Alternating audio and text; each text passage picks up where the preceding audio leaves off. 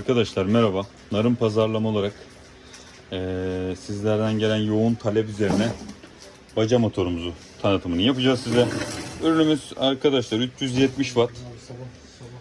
Dakikada 2820 devir. Bakır sargı arkadaşlar ürünümüz. Dışı tamamen galvaniz kaplama. Altı krom. 13 santim standart soba borusu çapında üretiyoruz. Ürünün ben size 10 metre kablo ile geliyor. Ürünün çalışmasını da göstereyim. Ürün bu şekilde arkadaşlar. Bu şekilde çalışıyor.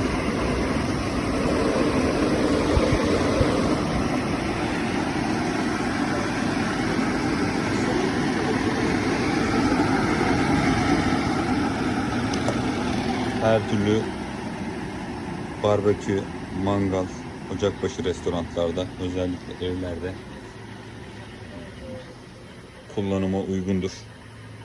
Alacak olan arkadaşlar bizimle iletişime geçerlerse Türkiye'nin her yerine kargo ile gönderim yapıyoruz arkadaşlar. İzlediğiniz için teşekkür ederiz.